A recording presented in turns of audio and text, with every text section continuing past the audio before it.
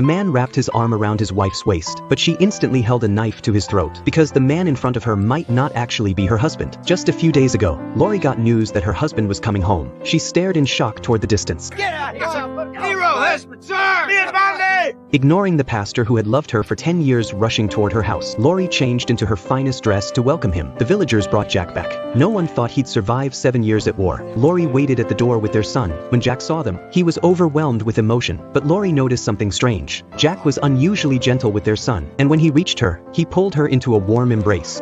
Even the family dog sensed something was off. It growled at Jack like he was a stranger. To celebrate his safe return, the villagers threw a welcome party. Everyone noticed that Jack wasn't the same man he used to be. The once short-tempered Jack was now smiling kindly even at the black workers he once despised. People were shocked by the change. Jack explained that he had suffered a serious head injury. Back home, Lori went to put away a family heirloom ruby, but Jack suddenly appeared in the room. Boy, if I ever made it home, I'd shave this damn thing off.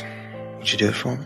She sighed in relief and began shaving Jack's beard. Being so close, Jack couldn't help but hold her waist, but Lori pressed the razor against his throat. Jack backed off, not understanding why his wife was so guarded. Get used to each other again, don't we?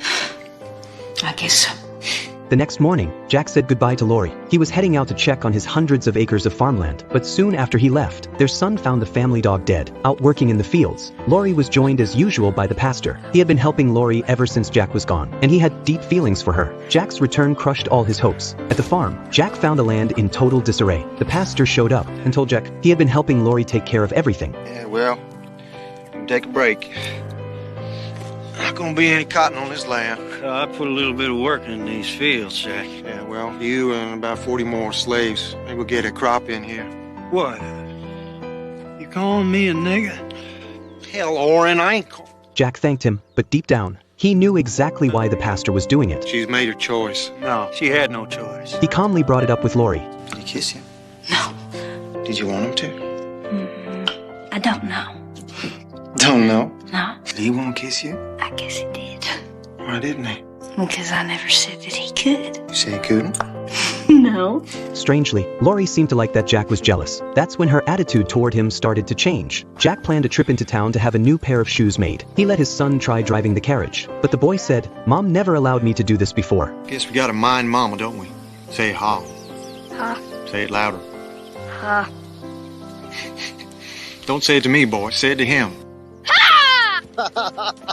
Say it again. He was thrilled. It was his first time holding the reins. At the shoemaker's, the cobbler was surprised. Jack's feet were 2 sizes smaller than before. Jack brushed it off, said the measurements were wrong, and didn't bring it up again because something in the newspaper caught